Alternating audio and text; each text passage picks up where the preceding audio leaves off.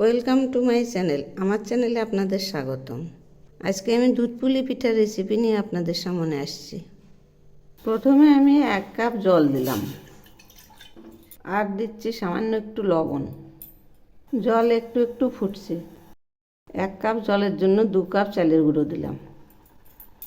এবার আমি ঢেকে দিচ্ছি। এগুলি আমি 2 থেকে 3 মিনিট ফুটাবো। এখন ঢাকনা খুলছি। এইরকম হয়েছে। এবার এগুলি নেড়ে দিচ্ছি। এভাবেই নাড়তে থাকবো। একটু ঝুরঝুরের মতো হবে। এই যে এইরকম হয়েছে। এখন এগুলি নামাবো। এই যে এগুলি নামিয়ে নিয়েছি। এখন একটু জুড়োতে দেব। এগুলি ঠান্ডা হতে হতে আমি নারকেল আর সুজির পুরটা করে নেব। এখানে আমি 2 চামচ সুজি দিয়ে দিলাম। এগুলি একটু ভালো করে ভেজে নেব। ভাজা প্রায় হয়ে আসছে। এখন এর মধ্যে আমি 1 কাপ দুধ দিয়ে দিলাম। এখন এগুলি একটু নেড়ে দিচ্ছি। এখন এর মধ্যে আমি একটা নারকেল কোড়া দিয়ে দিচ্ছি। ছোট 1 বাটি চিনি দিয়ে দিলাম। এখন এগুলি খুব ভালো করে ভেজে নেব। এই পুরটা দুধ দিয়ে করার জন্য টেস্টটা খুব ভালো হয়। নারকেলগুলো ভাজা হয়ে গেছে আর আঠা আঠা হয়ে গেছে। এর মধ্যে 1 চামচ ঘি দিয়ে দিলাম। এখন নেড়ে চেড়ে নামাবো। এখন আমি সেদ্ধ করা চালের গুঁড়োটা মেখে নিচ্ছি। এইভাবে ডলে ডলে মাখবো। এই যে দেখুন মাখা প্রায় হয়ে এসছে। আর একটু মাখবো। এইরকম হয়েছে। এইরকম। এবার এগুলি সরিয়ে নিচ্ছি। এখন আমি একটা ডো নিয়েছি। তে বেলে নেব। একটু মোটা করে বেলবো। তো বন্ধুরা, আমার রেসিপি যদি আপনাদের ভালো লেগে থাকে তাহলে সাবস্ক্রাইব করে আমার পাশে থাকবেন। এভাবেই বেলে নেব। এই যে বেলা হয়ে গেছে। এইরকম হয়েছে। এই যে থিকনেসটা এরকম। এখন আমি এর মধ্যে পুরটা দিয়ে এরকম করে মুড়িয়ে দিচ্ছি। এরকম করে দিলাম। এই আস্তে আস্তে চেপে দেব। এবার দেখুন একটা ছোট বাটি নিয়েছি। এইভাবে চেপে দেব। এইভাবে চেপে কেটে নেব।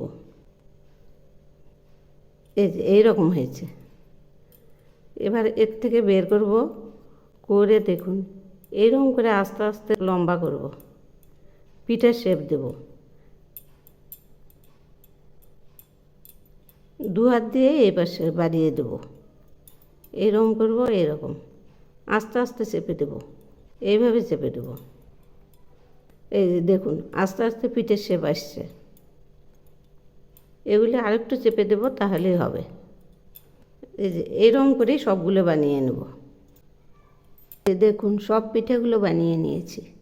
এইভাবে বাটি দিয়ে পিঠে বানালে ঝটপট হয়ে যায়। এবার আমি প্যানে দুধ বসিয়েছি।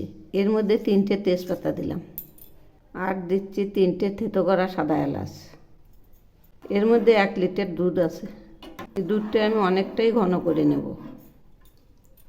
এগুলি আরও কিছুক্ষণ ফুটাবো। দেখুন এগুলি অনেকটাই ঘন হয়ে আসছে। এখন আমি এর মধ্যে দিচ্ছি 150 গ্রাম খেজুর গুড় আর দিচ্ছি 75 গ্রাম চিনি। এখন এগুলি আবার ফুটাবো। একদম ঘন হয়ে যাবে। এখন আমি এর মধ্যে পিঠাগুলো একে একে ছেড়ে দিচ্ছি। এভাবেই সব পিঠাগুলো ছেড়ে দেব। এখন একটু নেড়ে দিচ্ছি। এগুলি এখন লো আঁচে ফোটাবো। আরও কিছুক্ষণ ফোটাবো। এখন একটু নেড়ে দিচ্ছি। খেজুর গুড়ের সুন্দর একটা ফ্লেভার বেরিয়েছে। এগুলি আর একটু ঘন হবে। এই যে দেখুন আস্তে আস্তে পিঠাগুলো ফুলে উঠছে। এগুলি একদম নরম তুলতুলে হবে। ঠান্ডা হলেও নরম থাকবে। এই যে দেখুন দুধগুলো অনেকটাই ঘন হয়ে আসছে। এখন আমি নামাবো। এই পিঠাগুলো দুধের মধ্যে 1 ঘন্টা ভেজানো থাকলে একদম মাখা মাখা হয়ে যাবে। এবার এর মধ্যে আমি 1 চামচ ঘি দিলাম। এতে করে স্বাদটা আরও বেড়ে যাবে। ফ্লেভারটাও সুন্দর আসবে। এই যে দেখুন পিঠাগুলো নিচে নামিয়েছি। এইরকম ঘন হয়েছে। এগুলি এখন 1 ঘন্টার জন্য ঢেকে রেখে দেব, তাহলে আরও ঘন হবে, একদম মাখা মাখা হয়ে যাবে। এবার ঢেকে রাখছি।